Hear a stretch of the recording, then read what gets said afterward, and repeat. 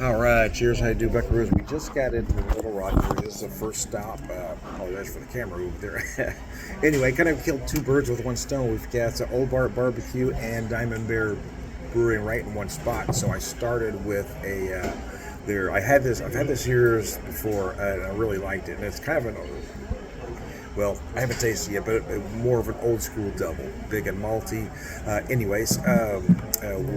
ordered a rib platter, and I'll let you know how that is later. But I want to check in with our first spot, and I'll be back here in a few.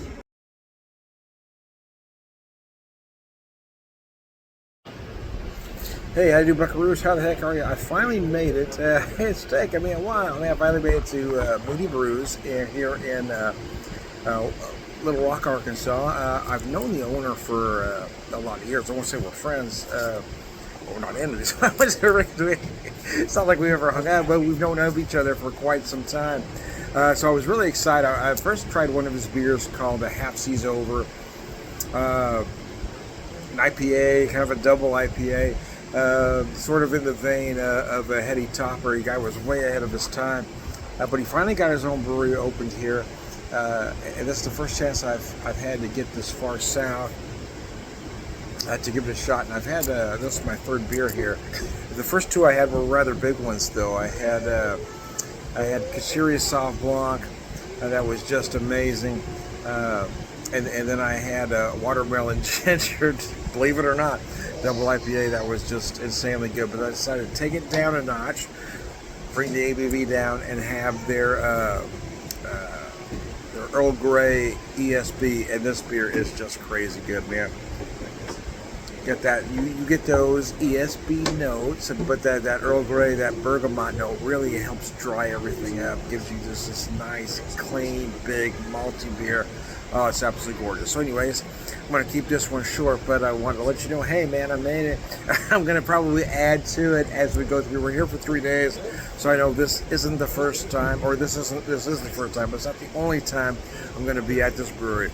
I am John the Beer Whisperer, beer evangelist, prolific beer drinker, purveyor wisdom all around. Good guy, Slunch.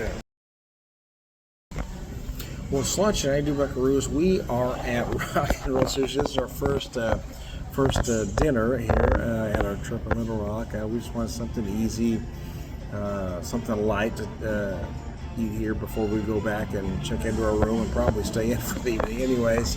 There's a place in Hot Springs called Origami Sake, and I had a friend of mine that wanted to take me down there, but it turns out that they're closed on the weekends. Who's closed on the weekends? Anyway, who is serving alcohol closed on the weekends? Anyways, I didn't realize that they had it here, but we went to this Rock and Roll Sushi. They had the Origami Sake. This is their White Lotus. It's at 12.5%. I can show you the bottle that came in. It's not going to help. Maybe I can show you the glass, and you're not going to see anything either.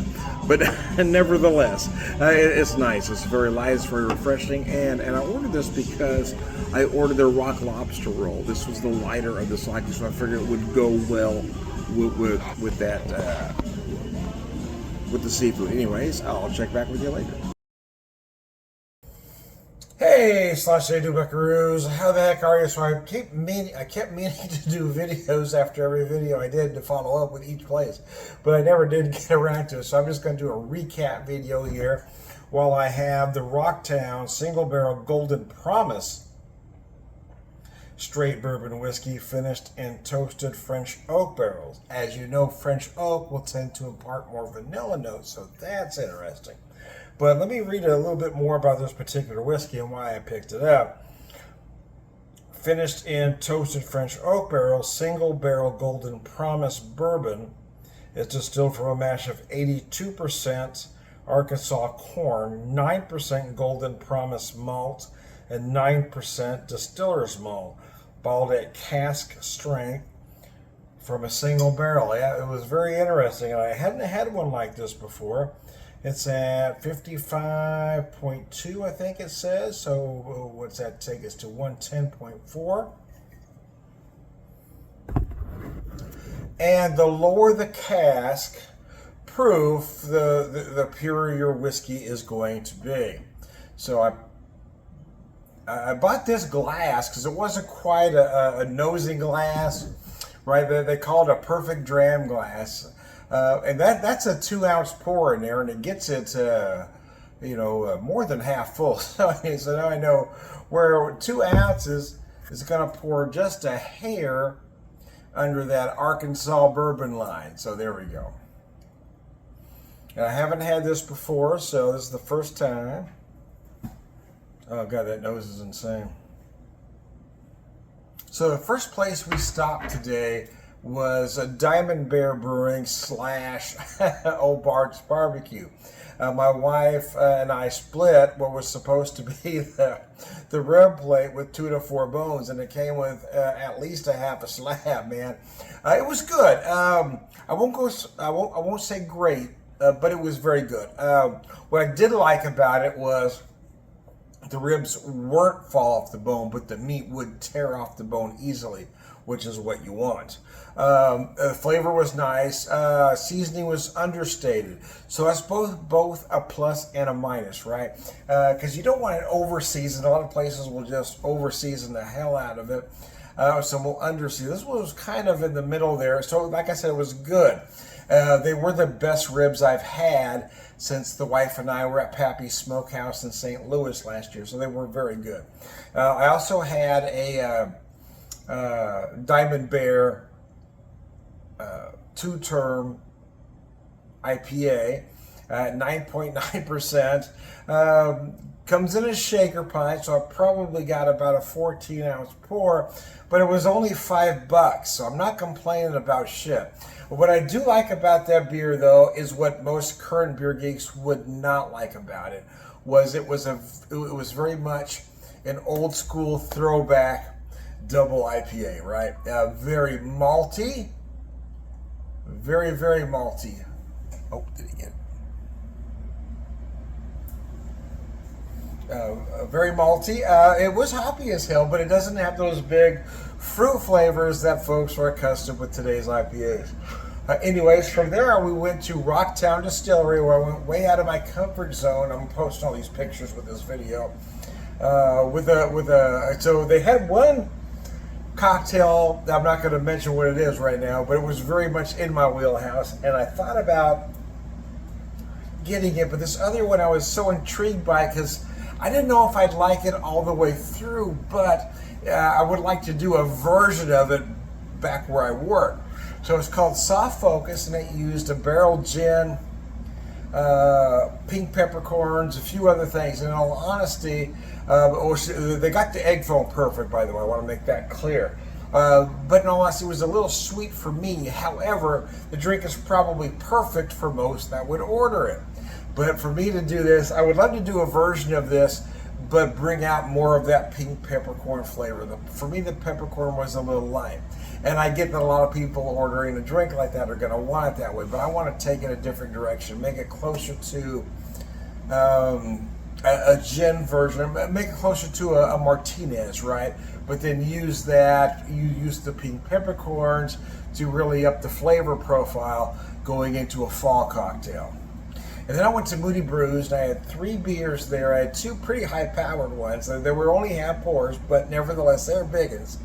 The first one was a Kashiri Sauv Blanc, a great big, I think it was 9.5%. Boy, that beer was just insane. You do feel those Sauvignon Blanc wine notes. It uses a lot of, it uses Nelson Sauvin hops, I believe. Give it that Sauv Blanc kind of thing. The other one was a double IPA, a watermelon ginger double IPA that was just so insanely good. But then I took it down a notch on the last one, took it down to 5.5% for a Earl Grey ESB, and that beer was crazy good. You can feel those nice bergamot notes cleaning up that sweetness at the end. So, and then my wife and I went to a Rock and Roll Sushi for dinner. Wanted something light, and boy, I had the rock. I had the I can't remember what it's called, the rock lobster roll, maybe. I know I'm not getting that name right, but nevertheless, I had lobster, I had crab, I had a lot of things going on. A lot of spicy. It was delicious. But I also ordered. So there's a place called Origami Sake that a friend of mine and I wanted to go to in Hot Springs, but they happen to be closed on weekends, which is odd, but nevertheless, I didn't think I'd be able to try their products. But at this place, they had the White Lotus sake, so I tried that with this product, and boy, that sake was nice. So now we're back at the place we're staying at, relaxing, probably not going. Originally, I planned on getting back out, but now I'm just tired. We're just going to call her an evening. It's an evening. But I bought some stuff at Rocktown. I hadn't had this one before, and I was very interested by it. I told you about it a little bit earlier. So now I'm going to get to this.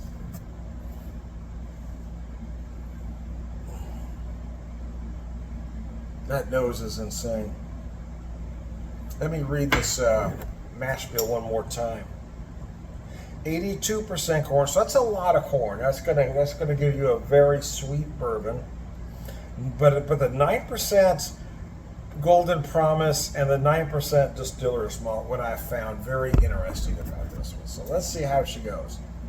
I do like the nose. The nose isn't as sweet as you might think it would be, which tells me that Golden Promise and Distiller's Malt is taming that 82% corn. So let's take a drink and see what we got.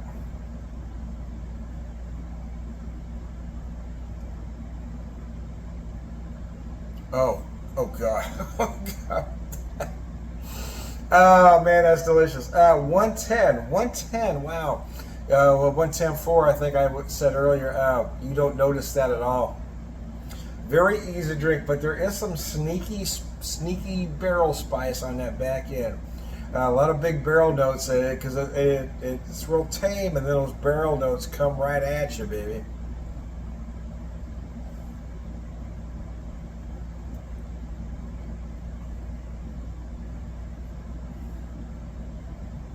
It is sweet. Don't get me wrong. It is sweet, but the other notes bring it down a little bit. So for me, here's what I'm picking up. I'm picking up a lot of molasses.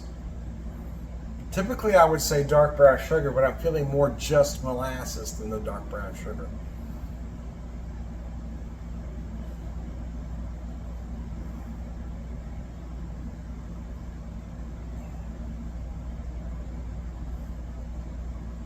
Nice warming vanilla note all the way through there. And again, a lot of barrel coming up in the finish. For me, I'm getting a lot of the usual suspects, right? I usually get a lot of other spices, but cinnamon is right at the forefront, in all honesty. But you're definitely going to feel some ginger. I feel some very fresh grated ginger notes because you feel that citrus note along with that spice note that fresh ginger will impart.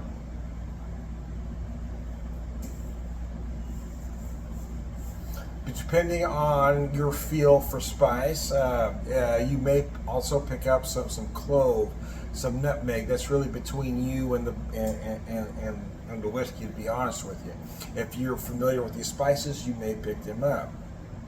As I like to tell folks, you're not going to taste what you don't know. So someone can give you 100 things. Oh, I get this, that, and the other.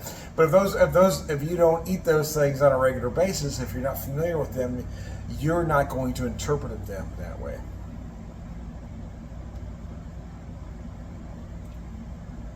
Which brings me to dark fruit, right? Other folks will pick up more dark fruit notes that I won't because there's things that I don't ingest on the regular, so I'm not going to feel it that way. But for you, it's not going to be unusual if you're going to pick up some date and or fig or raisin. But for me, I'm feeling this was slightly different. And what I mean by that is I do feel some raisin, but it's more golden raisin.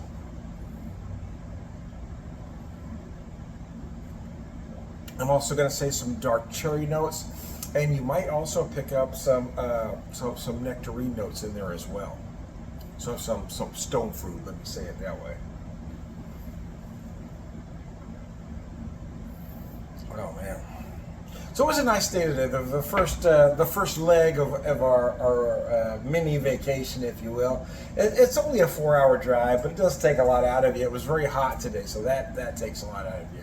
So, like I said, my wife and I started We had some lunch, relaxed a little bit. Then we went to Rocktown. A friend met up with me there. And then the wife went off and did some shopping on her own. The friend and I hit Moody Brews.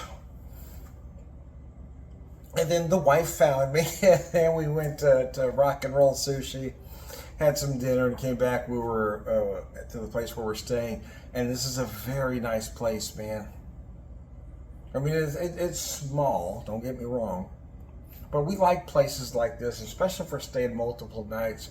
I prefer the little rooms like this to a hotel room, because we don't have to, keep traipsing through a hotel lobby and see everybody. There's that little bit of privacy, so I really enjoy it. The folks seem very nice that own the place, so.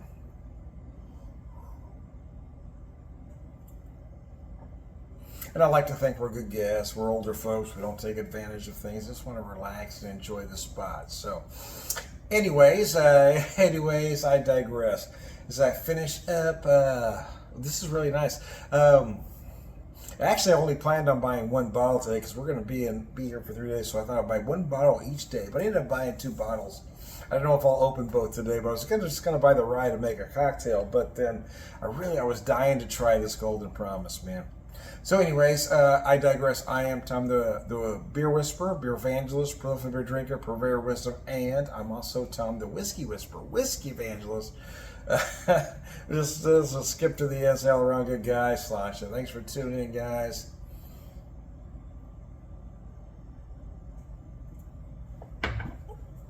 Have a good one once again, Slasha.